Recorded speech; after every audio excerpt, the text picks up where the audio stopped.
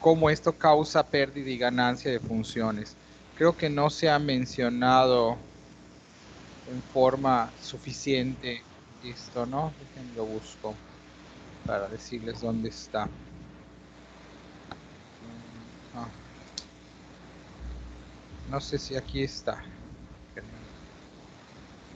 Y cuando estamos hablando de evolución clonal y de cómo van generándose nuevas células, ¿no? Entonces, bueno, sabemos que cuando hay una multiplicación celular, lo estoy sacando justo de su texto, excesiva, lo que tenemos es una hiperplasia. Ahora, si la célula no se diferencia en la forma correcta y queda en etapas menos maduras o se frena o se arresta en un punto específico de la diferenciación, quedándose en una etapa previa a la madurez, se describe como una célula displásica, porque no terminó su diferenciación. Los linfoblastos, en este sentido, como los estás describiendo, y en cáncer pasa en todos, en muchos cánceres, no en todos, pero en muchos cánceres, lo que tenemos es displasia, porque la formación o el proceso de maduración de la línea celular es el que es incorrecto. Recordemos que estamos hablando de una célula madre que se divide una y otra vez y sigue siendo la célula madre en sus divisiones simétricas, y luego cuando hace una división asimétrica, esta célula que se fue hacia el que es asimétrica porque deja de ser célula madre, se compromete a un linaje, a una línea de diferenciación específica, pero no se convierte ya en la célula madura, sino que tiene que ir haciendo los pasos sucesivos de replicación, que ya son limitados porque su telomerasa se inactiva y entonces su telómero se va a ir acortando con cada duplicación, siguiendo encendido y apagado de genes específicos que le hace perder funciones y ganar otras para llegar a la morfología funcional final al tiempo que se ha replicado un cierto número de veces. Y una vez que llegue a ese punto, podrá replicarse como célula madura o dejar de hacerlo, ¿no? Si no se sigue el proceso de diferenciación y se arresta en un punto intermedio, se considerará displásica. Los linfoblastos existen, son una etapa temprana de la diferenciación del linfocito. El asunto es que debe ser una etapa transitoria y por eso tú no los encuentras en alto porcentaje en la médula ósea. Pero cuando tienes muchas células que están arrestadas en el proceso de diferenciación y se siguen multiplicando pero no siguen madurando, eso quiere decir están displásicas, es que tienes el predominio de linfoblastos en la médula ósea que forman un porcentaje significativo o mayoritario de la misma, y por lo tanto dices que la médula está infiltrada. No porque, al principio no porque falten las otras, sino porque estas empiezan a replicarse y forman una cantidad muy grande, y cuando ya son muchísimas empiezan a competir por el oxígeno y los metabolitos, de manera que desplazan a las otras y se vuelven únicas en la médula ósea, o prácticamente únicas. En el 95, 98, 99% de las células nucleadas corresponden a linfoblastos, y las demás pues, se podrían formar de las células madres normales, pero no lo hacen con facilidad porque no tienen dónde ni con qué. No sé si esto queda claro.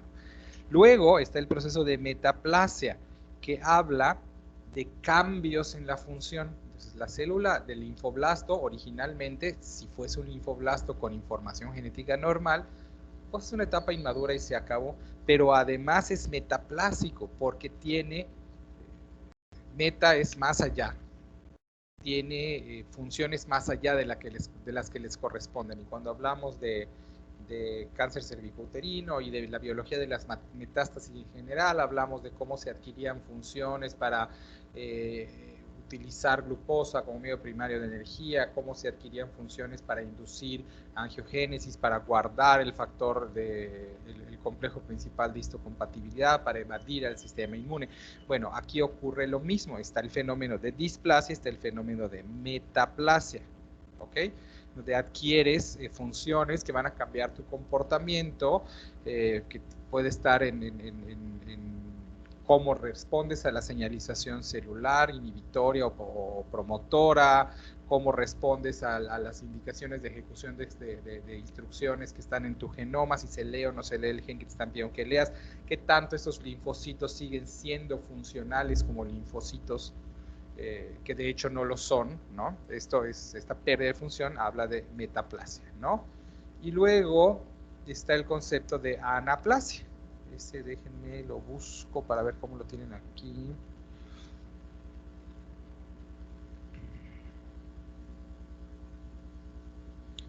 No lo tienen definido.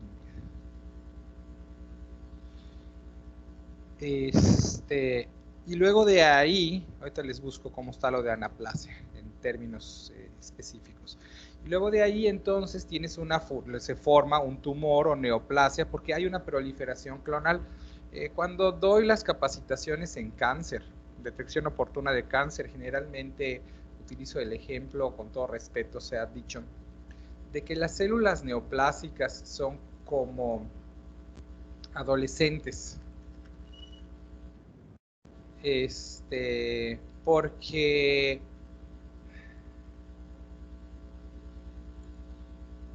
aguántenme tantito.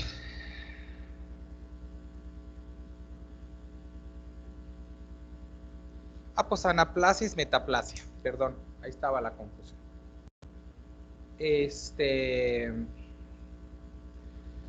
Son como adolescentes porque no tienen ninguna función específica, porque no han llegado al punto final de maduración, entonces no trabajan, consumen recursos, no siguen instrucciones y se involucran en actividades reproductivas cuando no debieran hacerlo, ¿no?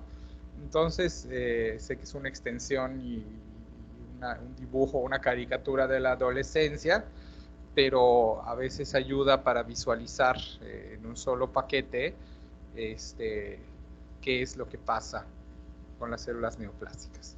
Entonces, el proceso de anaplasia o metaplasia incluye eso. Se dejan de seguir instrucciones que te señalan que te dejes de replicar. Se hacen actividades replicatorias celulares aunque no haya ninguna indicación o necesidad para ello. Se siguen cometiendo errores y no se hace la función para la cual tendrías que diferenciarte, puesto que no terminaste el proceso de diferenciación, y eso es lo que equipara, comillas, comillas, con la adolescencia, ¿no?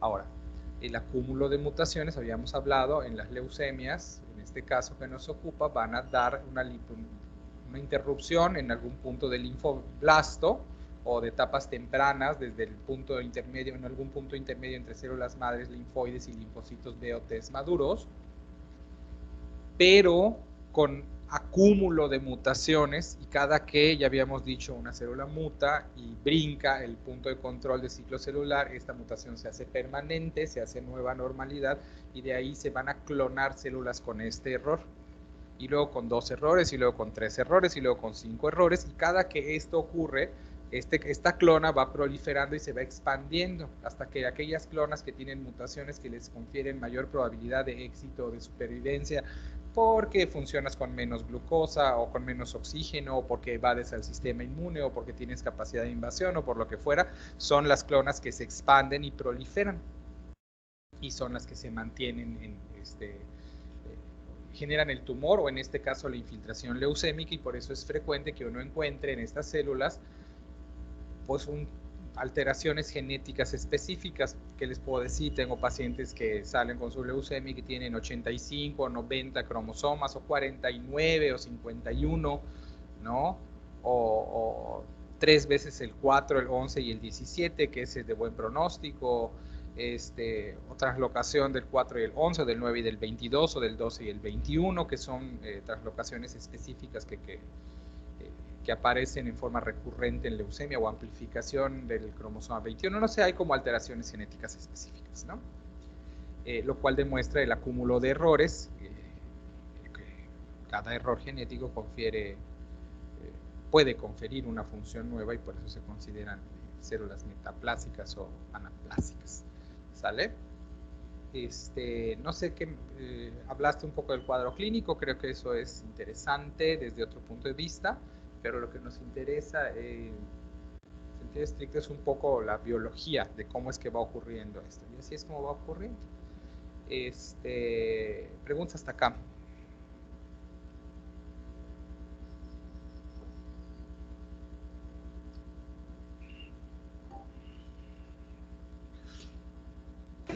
Por mi parte no. No, ok, sigamos entonces.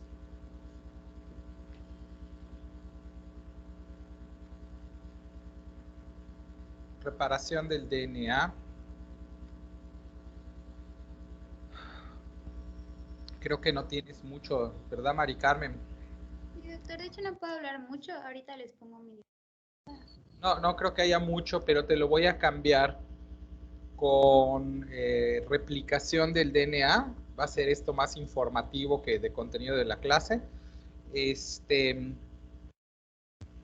En leucemia linfoblástica,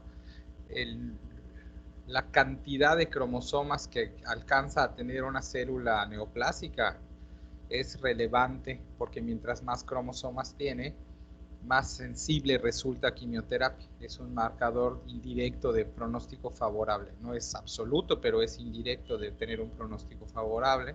Sí, porque la réplica, el tener, no sé, 53 cromosomas, implica que cada que hagas una duplicación celular, en vez de fabricar 46 cromosomas, vas a tener que duplicar 53, lo cual requiere más bases nitrogenadas, más fósforo. Y aquí es donde actúa la quimioterapia, porque la quimioterapia tradicional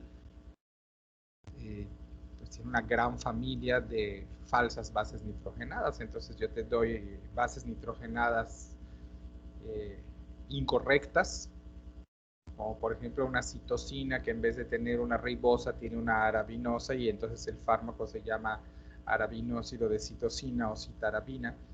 Y los blastos, al quererse replicar, pues agarran a esta falsa base nitrogenada, la tratan de poner en el DNA, pues como que encaja, pero como que no, genera errores que acaban en muerte celular, porque simplemente este DNA no puede ser construido con esta azúcar inadecuada. Entonces, este es uno de los mecanismos de acción importantes en quimioterapia, es una familia que se llaman antimetabolitos, que sirven para darle al sistema pues, elementos inadecuados para ver si trata de fabricar DNA con eso para que no le salga y entonces no se puedan replicar las células. Y estos mecanismos, hay otros que dañan a doble hélice, que afectan a la topoisomerasa, o que afectan la formación del uso mitótico. O sea, la quimioterapia se asienta en general en conocer los mecanismos de replicación celular y tratar de inhibirlos, en el entendido de que como las células neoplásicas se replican más rápido y con mayor frecuencia que las sanas, pues son más susceptibles al daño de quimioterapia. Esto es interesante porque explica incluso por qué la quimioterapia tiene los efectos secundarios que tiene en donde los tiene. Entonces, la quimioterapia rara vez da alteraciones neurológicas porque las neuronas se replican poquísimo, pero tiene mucha toxicidad hematológica porque la médula ósea se replica un montón, y tiene toxicidad en la piel y el cabello porque las células del ectodermo se replican con mucha velocidad, igual que las de las mucosas. Entonces explica el conjunto de manifestaciones de efectos secundarios de quimioterapia, se explica por el grupo, por el mecanismo de acción de toda la familia de fármacos. No sé si esto tiene sentido para ustedes. Entonces, más que reparación del DNA, es hablé de replicación del DNA. En función de reparación del DNA, quizás aquí el asunto es otra vez relacionado con el tratamiento más que con la génesis de la leucemia, porque se inducen daños graves, no reparables, pero que son críticos para la función.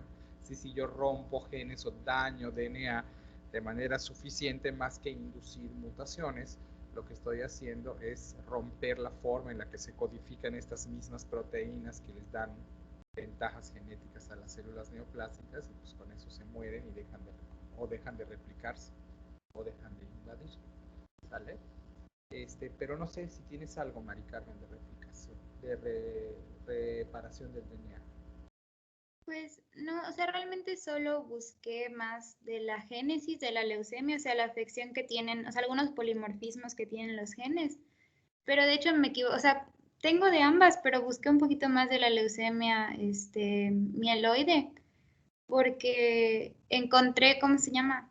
De que ahí estaba más afectada la reparación por decisión de bases, por eso iba a haber muchas mutaciones secundarias. Y esto era por la expresión de proteínas de función de la leucemia, perdón si hablo raro, de la leucemia. Y pues iba a acabar dañando 8 genes, que eran el FEN1. Bueno, no tiene caso realmente creo que aprendernos qué genes específicamente son, pero lo importante es que son de la reparación de bases y que casi no hay daño en los otros mecanismos, entonces por eso no suele haber alteraciones cromosómicas graves, sino pequeñas mutaciones en las bases. Pero que hacen pérdida de función de los mecanismos regulatorios de la progresión del ciclo celular versus en bioapoptosis y por eso se van acumulando errores. Y entonces, aunque esos son los fenómenos iniciales, en leucemia mieloide, que fue la que tú trajiste, más que en la linfoblástica, eso es verdad, aparecen cariotipos bien complejos con mutaciones, con muchas mutaciones o con un número grande de mutaciones random. Y generalmente cuando tú encuentras cariotipos complejos en leucemia mieloide, sabes que la proliferación clonal es de células muy mutadas y son en general enfermedades pacientes que les va muy mal. Con una probabilidad de curación pues, del 25, del 20%, que es horrorosa. Mientras que en leucemia linfoblástica las mutaciones son más específicas. Hay quizás 5 recurrentes con implicación en el pronóstico, y la probabilidad de curación es muchísimo mejor, ronda el 70, 75, a veces hasta el 80% de los pacientes que acaban por curarse, lo cual es una chulada, ¿no? En realidad, pues no hay mucho más.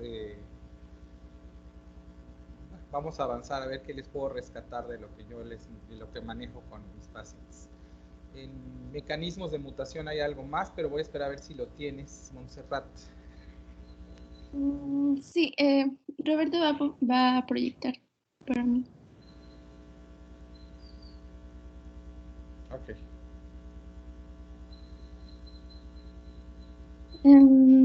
Bueno, esto ya se mencionó, así que pues podemos ir a la siguiente. Ok, Oigan, ¿qué horario, a qué hora empiezan sus clases el lunes?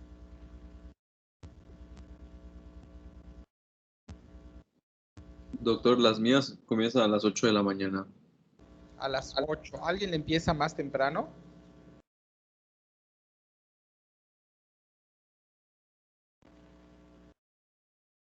¿No? Creo que no. Las mías empiezan hasta las 9. Es que están pidiendo en otro grupo que movamos el examen al lunes, pero tendría que ser a las 7:30 de la mañana.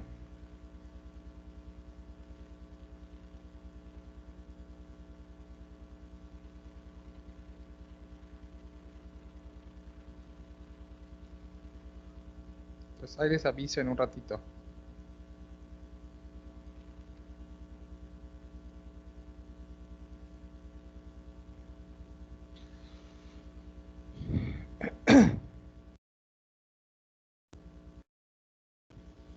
Ah, denme 3 minutos.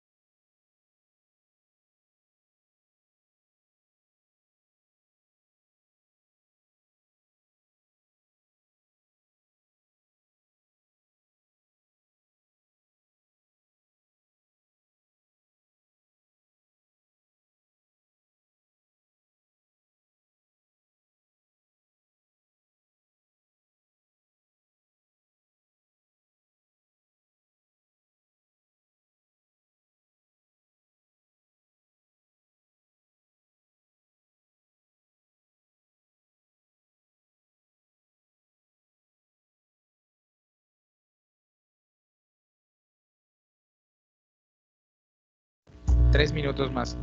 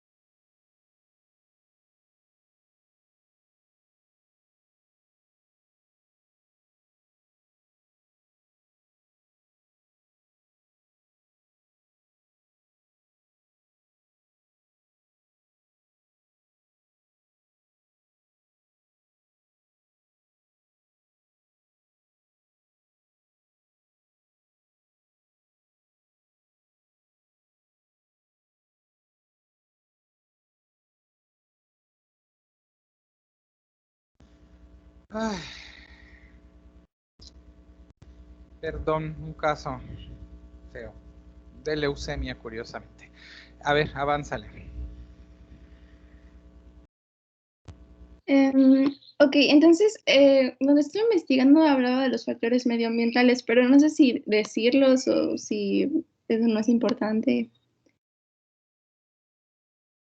Perdón, otra vez.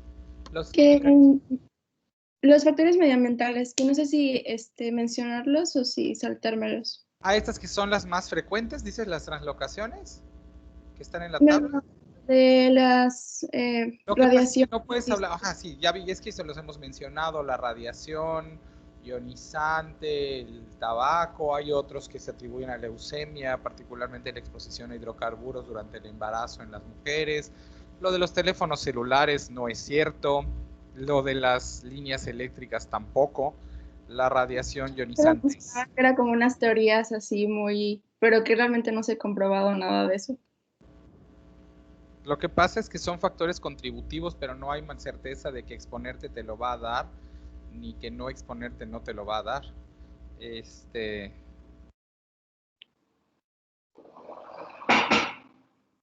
Entonces, pues, si quieres mencionarlo. Bueno, de eso es realmente el único que le vi como que tal vez algo que no se había mencionado, es que se mencionaba, bueno, un artículo decía que cuando se utilizaban inhibidores de la topoisomerasa 2, que por lo que entendí es una forma de tratar el cáncer, Es eh, una familia de quimioterapia, sí. podía llegar a generar un reordenamiento de un gen que pues va a tener obviamente relevancia a la hora de mutar y que puede llegar a generar leucemia. Sí, el tip, cuando inhibes a la topoisomerasa, generas rupturas en el DNA que van a generarte reparaciones, y ya vimos que las reparaciones, sobre todo reparaciones de segmentos no homólogos, da como resultado riesgo de mutación o de translocaciones.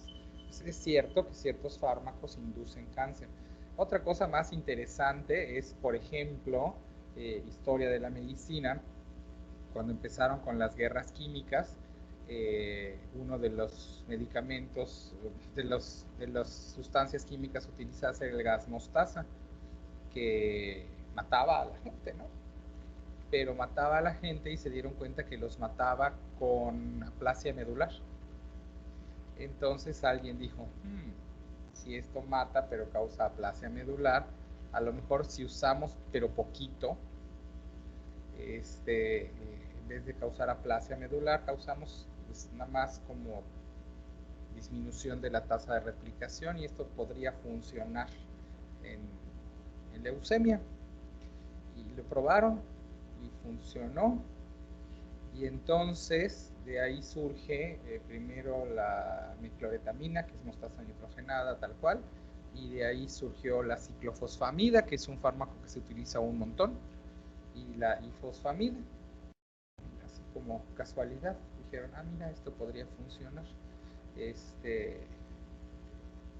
como factores ambientales. Ciertamente estos fármacos también inducen mutaciones y también pueden inducir segundos cánceres, pero pues bueno, también curan a un montón de pacientes y curan más de los que dañan. Entonces por eso se utiliza. Lo mismo pasa un poco con la radiación. La radiación es terapéutica para cáncer, pero también inductora de cáncer. Los mismos mecanismos que les permiten resolver la neoplasia, que es daño al DNA para que las células en replicación se mueran, son los mecanismos que son capaces de, en las células sanas, inducir daño. Es uno de los problemas de la oncología en general, que maneja dosis terapéuticas que al mismo tiempo son dosis tóxicas, ¿no? Pero bueno, fuera de los factores medioambientales, ya habíamos mutaciones puntuales y translocaciones y de lesiones y amplificaciones y todo esto, ¿no? Y ya vimos que ocurren justo en donde dices ahí la supresión tumoral, la diferenciación, la apoptosis, el telómero, la activación de la telomerasa, la activación de P53, de RB, pueden tener mecanismos de resistencia al fármaco, de excreción del fármaco una vez que entra a la célula, activar enzimas que lo metabolizan. Hay como muchas mutaciones diferentes, ¿no? Y ya habíamos mencionado en la diapositiva anterior que en leucemia hay muchas translocaciones, algunas translocaciones cromosómicas específicas, ¿no? Como las que estás enlistando allá, yo las que mencioné justo, 1, 19, 9, 22, 4, 11 y 12, 21.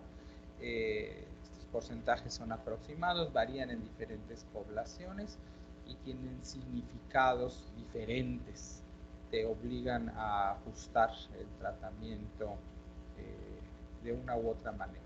Los que tienen esa translocación 12-21 que está hasta abajo son fácilmente curables con tratamiento de menor intensidad.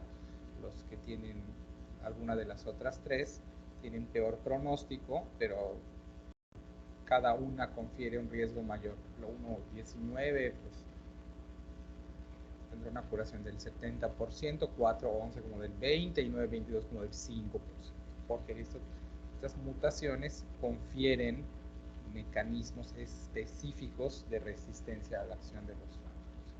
Entonces, pues bueno, el mecanismo de mutación es el mismo generalmente en todos los cánceres, leucemia no es la excepción. Hay una mutación como fenómeno de iniciación que puede ser espontánea o derivada a una susceptibilidad constitucional, porque tengas fragilidad cromosómica o ineficiencia de los mecanismos de reparación, que cae en la forma en la que se regula la progresión del ciclo celular. Esto genera una cascada de otras mutaciones que pueden conducir a fenotipos genéticos, a genotipos específicos, como los que están aquí enlistados, ¿no?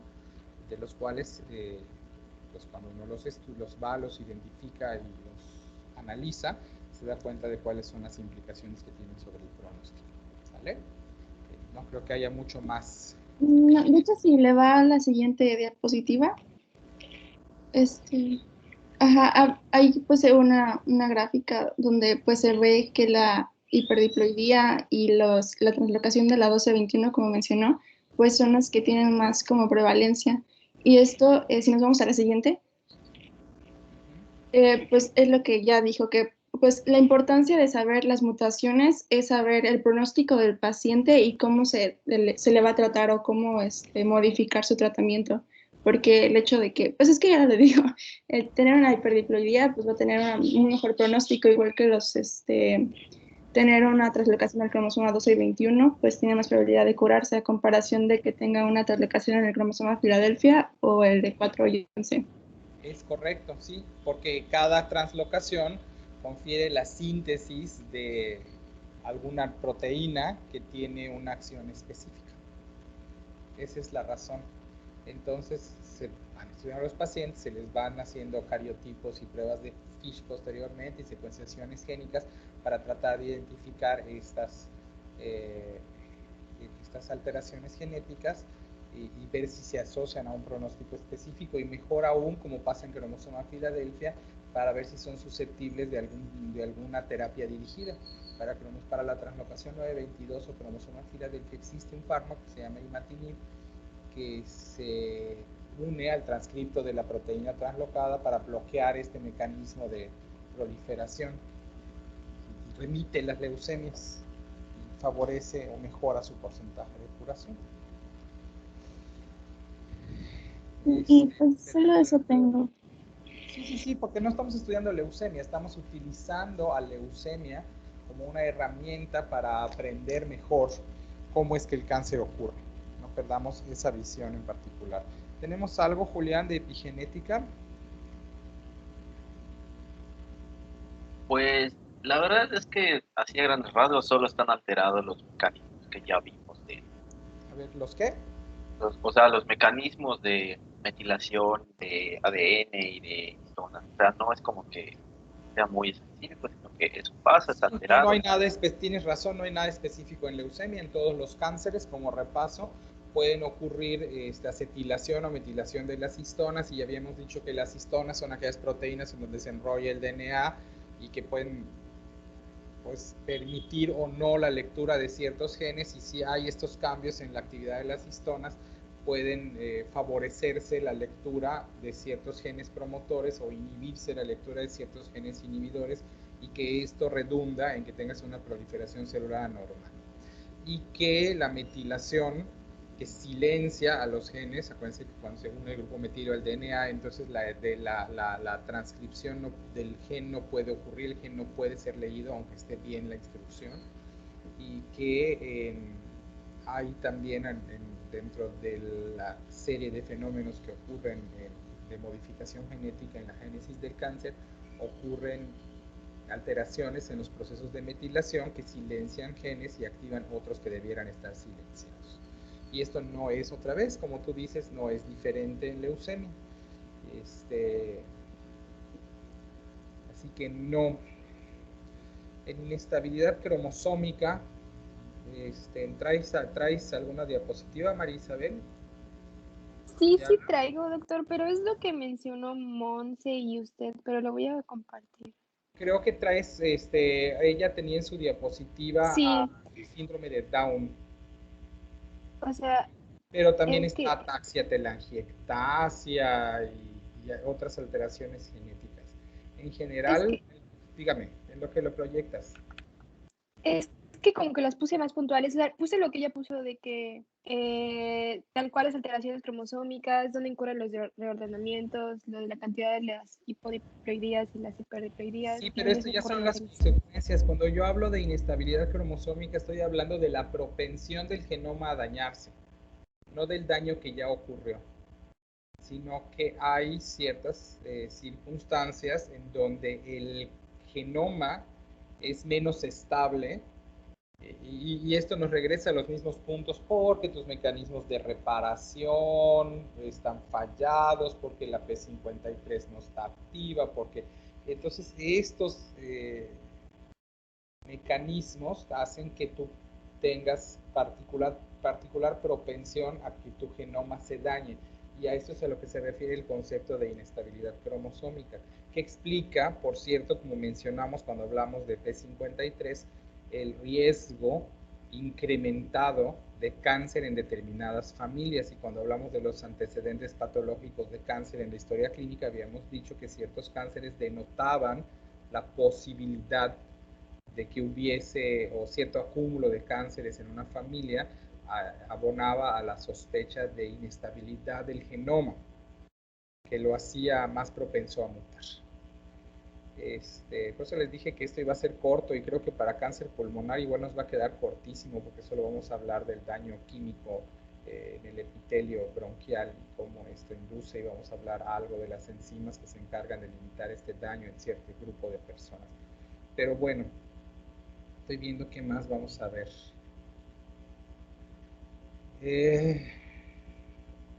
Dios mío, creo que ya acabamos, porque no veo qué más. Calderón, ¿tienes algo? No, la verdad no, o sea, es que pues es básicamente lo mismo lo que ocurre. Lo único que pues ayer iba a decir es lo de porque creo que la oncoproteína E6 para cáncer cervicuterino, pero en sí, o sea, lo de los telómeros se podría, si se quiere decir, es por genes nada más, que qué genes activan la telomerasa, pero pues en este caso como tal no encontré nada, o sea, es lo mismo prácticamente. No hay. Mm. Cordero, ¿tienes algo o nos vamos a ir temprano hoy? No, doctor, es técnicamente lo mismo que mencionó Paola al principio sobre los mismos. Sí. ¿Alguien más de los que siguen? No hay metástasis en cáncer, en leucemia. Esto es interesante. Y no hay angiogénesis por la misma razón. ¿De qué se trata? Ahí voy, María Teresa. Porque no es un tumor sólido, es un tumor líquido. Y sangre hay en todos lados. Y como son células cuyo propósito es viajar, entonces no podemos hablar particularmente en leucemia ni de etapas como se hacen los demás cánceres que nos presentaron para cervicuterino, el sistema TNM, que es Tumor Node Metastasis,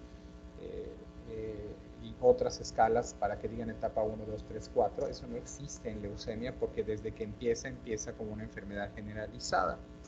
Y no se puede hablar de metástasis porque, como dije hace 3 minutos, pues sangre hay en todos lados. Y no son susceptibles de angiogénesis porque no requieren que se formen nuevos vasos sanguíneos, porque la enfermedad está, de alguna manera, los blastos en los vasos sanguíneos. Así que, pues, ninguno de estos dos tiene aplicación. Y sucede que es un cáncer de una u otra manera del sistema inmune. Así que tampoco hay aquí mucho que abonar de la evasión. Pero, a ver, cuéntanos, María Teresa, de apoptosis, o no sé si lo que tenías era una pregunta. No, sí, es que yo encontré una teoría, supongo, que habla sobre la hipermetilación y cómo esta afecta a la apoptosis. A ver, esa es fácil de deducir. La hipermetilación afecta a la apoptosis. ¿Cómo lo sí, haría? porque bueno, aquí tenemos dos casos, el normal, aquí tenemos una célula cancerosa. En la normal tenemos el sitio promotor que no está metilado, y la metilación normal sería en el cuerpo del gen, pero en la cancerosa se da una hipermetilación en el promotor de los genes supresores de tumores, lo que puede producir el silenciamiento génico que le proporciona a la célula leucémica la ventaja proliferativa o la prevención de la apoptosis, es decir, digamos, la volvemos inmortal. Si los genes que codifican para caspasas se metilan, no puedes no van a tener su efecto. No vas a tener caspasas. Exacto. Claro. Aunque estén bien las caspasas. Aunque el genoma esté correcto, aunque el DNA esté íntegro, la metilación es un fenómeno que silencia el DNA. No importa que esté, ya dijimos, tener el gen no implica que lo vayas a leer. Eso depende de que esté metilado o no. Entonces es cierto que hay fenómenos de hipermetilación que silencian. O sea, la hipermetilación ocurre en todos lados, digamos, para que hagan otra vez random, ¿no? Podría ocurrir, pensémoslo así. A las células que no se les metilan las caspasas se van a morir de todas maneras. A las que sí se les metilan las caspasas no se van a morir. Al cabo del tiempo me voy a quedar con una clona de células que no tienen caspasas, porque las que sí tenían ya no existen, y van a predominar estas y se van a hacer la única línea celular. Y eso es a lo que nos referimos con proliferación clonal. no es que solo ocurra la metilación en ese punto y no en otro porque la célula neoplásica decidió que le convenía más aquí. Es un error de concepto. Ocurrió en todos lados, pero cuando ocurre acá, acá o acá, eso no me sirve y entonces acaba en que me muero. Pero cuando ocurre aquí, en donde los promotores de la apoptosis, ahí sí me va a convenir y esas son las que se quedan como prevalentes y son las que acaban generando el tumor en un proceso bien claro de selección natural en función de genes que confieren una ventaja evolutiva o de supervivencia. ¿Vale? Sí, doctor. Y bueno, en el estudio que leí era un estudio donde tenían a 17 hombres y 21 mujeres menores de 15 años. Y el 81.5% de ellos tenían al menos un gen hipermetilado. Y los genes más estudiados son, bueno, ahí los puse como pues dato extra. Y el más estudiado, más importante es el APAF1, que tiene que ver también con la, digamos que, ¿cómo se dice? Tasa de supervivencia de los pacientes.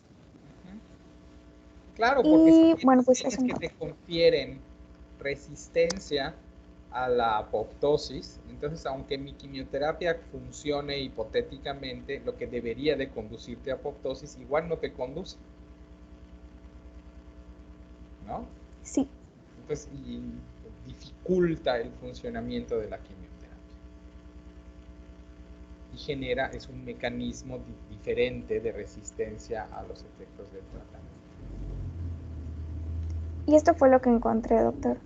De hecho, la razón de que en quimioterapia se utilicen combinaciones de fármacos y no fármacos únicos tiene que ver que como las células neoplásicas por la pérdida de los mecanismos de control de la calidad del ciclo celular se encuentran en un estado hipermutable, ¿esto queda claro? O de fácil mutación, entonces exponer a una población de células a un fármaco en específico va a matar a las susceptibles, pero nos va a dejar a las resistentes.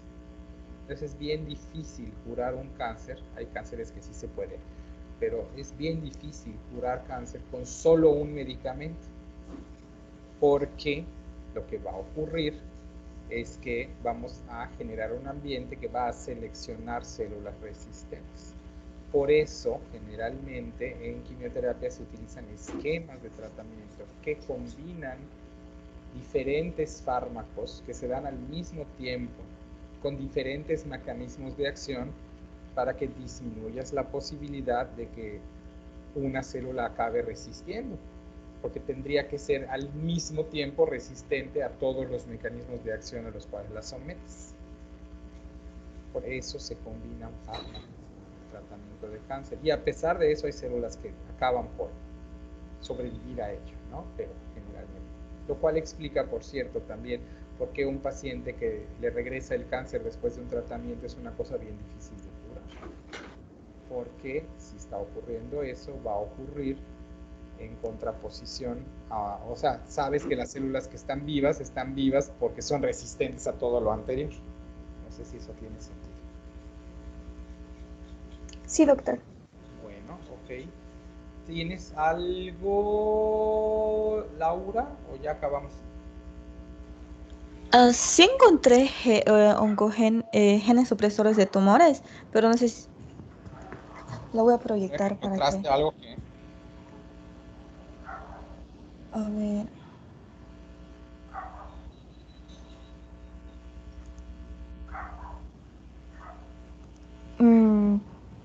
Encontré que en los tumores que afectan las células T se van a asociar a inactivación de genes supresores como el PTEN y el CDKN2A, y estos normalmente pues regulan el ciclo celular y el crecimiento de las células negativamente, o sea, se oponen hacia el crecimiento de tumores, pero en leucemia de células T, pues van a estar inactivados y pues no van a ya van a tener sus funciones normales. Y también leí sobre estas translocaciones que afectan estos dos genes, el ETB6 y RUNX1. Y decía que el ETB6 tenía una función normal como supresor de tumor. Y gracias a esta translocación, su función se afecta y es como ahora es promotor de tumores, aunque esta decía también que era como un pronóstico, tenían un pronóstico positivo esta translocación. ¿Es correcto? También en los adultos ya está la translocación 922 y que va a afectar la ABL y la BCR. Y esta transcripción va a hacer que estos genes permanezcan activos continuamente. Entonces van a alterar las proteínas y las enzimas que regulan el ciclo de división celular. Entonces va a un motor de la replicación celular con una inmunoglobulina, si no estoy mal. Entonces, cuando se lee esto, que se lee constantemente en los linfocitos, se lee junto con el factor de transcripción, y eso hace que se sintetice el factor de transcripción cuando que no debería de sintetizarse, y activa la replicación celular cuando que no es necesario que se active, lo cual genera una proliferación celular infinita en estos pacientes. Entonces, mientras tú no elimines hasta la última célula que contiene la mutación, pues el paciente le va a regresar la enfermedad, porque esa se hace 2, se hace 4, se hace 8 y se hace la leucemia de doble.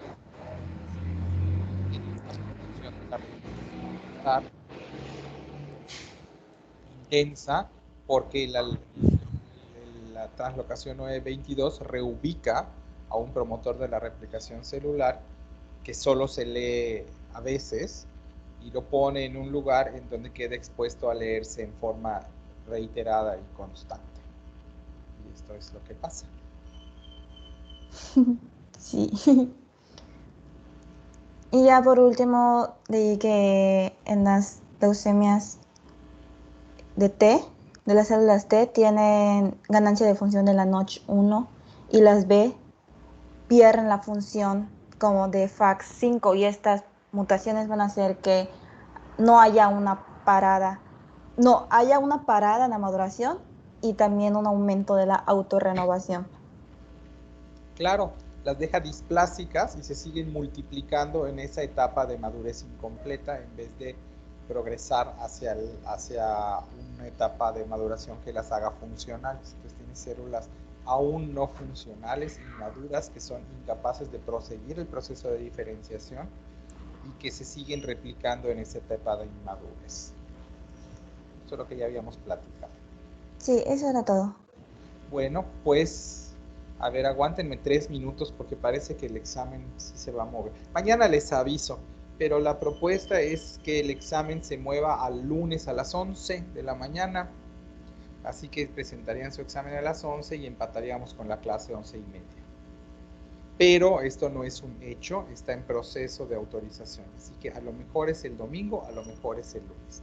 Estamos tratando de moverlo, pero hay que ver que todos estén de acuerdo con el horario.